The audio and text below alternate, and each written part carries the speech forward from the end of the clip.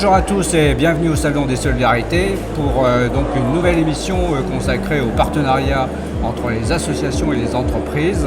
Et nous allons découvrir aujourd'hui donc une nouvelle collaboration entre l'association Blue Energy et la fondation EDF. Alors j'ai le plaisir de recevoir pour la fondation EDF donc Bernard Malèvre, qui est donc responsable des opérations. Et pour Blue Energy, Jackie Bollet, qui est donc le délégué général de cette association. Bonjour. Je commencerai peut-être par vous, déjà pour que vous puissiez en quelques mots nous dire effectivement les tenants et aboutissants de Blue Energy. Bien volontiers. Donc Blue Energy est une ONG internationale qui met en œuvre des solutions pour permettre aux communautés vulnérables d'assurer leur autonomie et de prendre en main leur propre développement. Les domaines d'intervention touchent à l'énergie, à l'eau et à l'assainissement, et plus récemment à l'adaptation au changement climatique. Oui, alors dans Blue Energy, il y a Blue, il y a le côté effectivement écolo, il y a le côté aussi population vulnérable, et il y a le côté énergie, quoi. Ça rassemble un peu tout ça. Tout à fait. Et ces trois domaines d'intervention sont soutenus par un axe de développement qui est important chez Blue Energy, qui est le renforcement des capacités des structures locales, et on aura l'occasion de débattre. On va bien sûr détailler ça dans un instant, mais l'association existe depuis combien de temps? Alors l'association existe depuis 2004. Les premières activités se sont déroulées donc au Nicaragua, sur la côte Caraïbe, où maintenant l'association a une structure locale, Blue Energy Nicaragua, forte de 50 personnes, principalement du personnel local. Et depuis 2 ans, nous avons maintenant des projets en Éthiopie, des projets qui ont été mis en œuvre avec le support de la Fondation EDF, et on l'évoquera, je pense, également. Au Nicaragua, je crois que vous touchez à peu près 500 000 personnes en termes de population vulnérable qui bénéficient de vos programmes. En fait, au cours des 10 années, puisque ça a démarré en 2004, il y a eu près de 1700 réalisations qui ont été faites.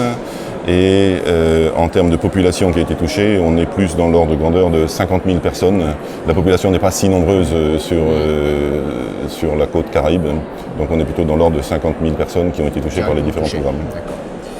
Bernard Malèvre, donc Fondation EDF. Alors la Fondation EDF, on la connaît, elle a de multiples activités, mais son volet humanitaire, son volet international est plus récent qu'on l'imagine en fait.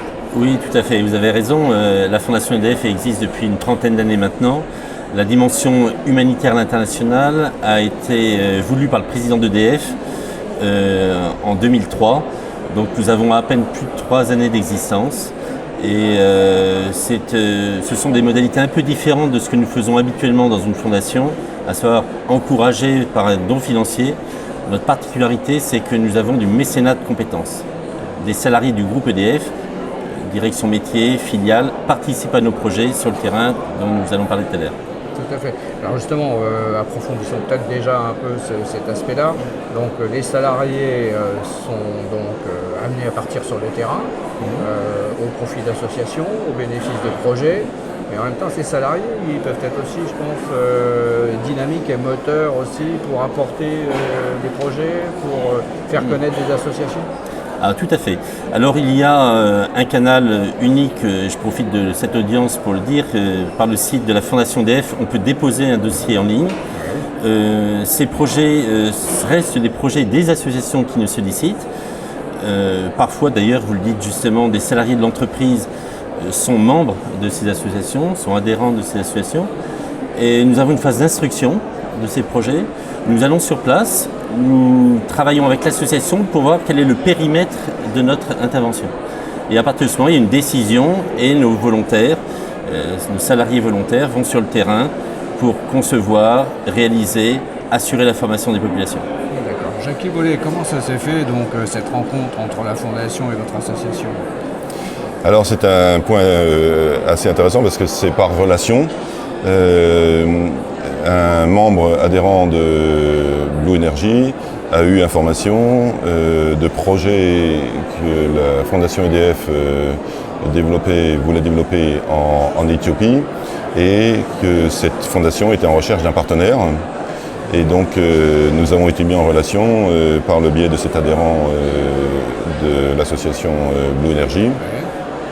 Et les relations avec Bernard Malem se sont rapidement engagées et nous avons pris le temps de part et d'autre d'analyser donc cette opportunité et finalement nous avons donc mis en place une convention pour ces projets en Éthiopie et dans la foulée pour des projets au Nicaragua également qui traitent de l'accès à l'énergie pour pompage solaire ou pour électrification de centres de formation ou autres communautés en Éthiopie également. D'accord, on va développer tout ça.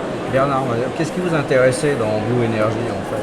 Quel était l'aspect qui vous semblait novateur et sur lequel vous aviez envie de vous engager? Alors la première chose, c'est leur engagement dans la durée. À Bluefield, sur la côte Caraïbe au Nicaragua, ça faisait plus de 10 ans, comme le disait Jackie à l'instant, ils menaient des actions. Ils avaient le souci de formation, de renforcement des capacités des populations locales. Et en fait, c'est tout à fait notre philosophie. Malheureusement, la Fondation EDF ne peut mobiliser que quelques semaines de chacun de ses collaborateurs. Et la pérennité, et de cette, pourrait être fragilisée. Mais si nous nous appuyons sur un partenaire qui, lui, agit dans la durée au plus près des populations, nous sommes rassurés. Et en ce sens, nous sommes assez complémentaires. Oui, alors complémentarité justement, c'est ça qui est peut-être intéressant que vous développiez un peu tous les deux. Où est la complémentarité association-entreprise dans ce cas-là?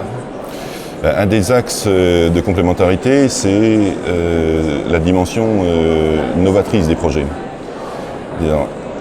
Historiquement, Blue Energy a été fondée par des ingénieurs. Donc la philosophie et la démarche, c'est d'être novateur dans le domaine de l'énergie, dans le domaine de l'eau et de l'assainissement et maintenant dans le domaine du changement climatique. Et en termes de complémentarité, la Fondation EDF apporte, via le mécénat de compétences, des éléments pour justement trouver des solutions ingénieuses qui répondent et qui soient le mieux adaptées aux besoins et qui soient pérennes également. Oui. Donc cette complémentarité, on la trouve. Et la complémentarité, on la trouve également dans l'accompagnement tout au long du cycle du projet. Depuis l'analyse des besoins, qui est un point important pour la Fondation comme pour Blue Energy, dans la réalisation et la complémentarité également, comme Bernard vient de le mentionner, dans la partie pérennité et maintenance des solutions qui ont été installées sur le terrain. Tout à fait. Bernard, sur les salariés justement d'EDF qui vont sur le terrain, c'est peut-être leur première expérience dans un pays du Sud. Ils sont confrontés évidemment à des questions techniques, technologiques qu'ils ne rencontrent peut-être pas dans l'Hexagone. Donc ça leur apporte beaucoup de choses, ça leur pose des questions, j'imagine. Ah, tout à fait. Et d'ailleurs, les volontaires que nous avons eu sur le terrain ont soit déjà une première expérience, soit partent dans une équipe qui est déjà constituée de gens un peu chevronnés. Mais au-delà de cette expérience préalable, il y a une formation que nous assurons à la sécurité, au comportement, à l'état d'esprit dans lequel nous souhaitons que nos volontaires, qui représentent d'une certaine manière aussi l'entreprise EDF, pour que ces personnes puissent être vraiment bien prêtes à cette mission. Sachant que vous avez raison de le signaler, les conditions d'intervention sur le terrain sont toujours très très différentes de celles que l'on rencontre sur le terrain dans l'Hexagone ou dans les DOM. Parce que nous avons pas mal de nos volontaires qui viennent de la Réunion, de la Martinique, de la Guyane, pour des territoires qui sont limitrophes. Par exemple, Madagascar, dont nous n'avons pas encore parlé, les gens de la Réunion sont évidemment les mieux placés pour intervenir. Tout à fait. Alors vous avez actuellement donc 6 projets en Éthiopie, 2 au Nicaragua. Tout à fait, c'était le début de la collaboration, s'est fait sur ces deux bases. Oui. Oui. Alors si on détaille un peu ces projets, donc électricité, assainissement. Alors les projets en Éthiopie qui avaient été à la base, au départ, identifiés par un salarié EDF qui est très impliqué dans le développement en Éthiopie, portaient sur le pompage solaire, remplacer dans des villages à l'est de l'Éthiopie un pompage existant avec des générateurs diesel par un système de pompage solaire. Et ces systèmes sont en place maintenant depuis presque un an. Et aussi bien à des fins de permettre d'avoir l'accès à l'eau potable pour les populations rurales et également à des fins d'irrigation pour des centres de maraîchage. Un autre type de projet traite de l'accès à une énergie électrique, énergie solaire pour générer de l'énergie électrique. Et on a mis en place, avec le support de la Fondation EDF, un centre important, une centrale importante à Addis Abeba, dans les locaux de l'ONG partenaire, MCMDO, et qui a plusieurs vocations. C'est à la fois pour faire de l'autoconsommation locale, un centre qui va servir pour la formation, et également un centre qui va permettre de faire des tests avec l'opérateur local pour les différents types de modes de fonctionnement des centrales électriques quand elles sont soit en mode off-grid, c'est-à-dire non raccordées au réseau, ou en mode on-grid, c'est-à-dire raccordées au réseau. Donc ça, c'est les premiers projets qui sont maintenant en service.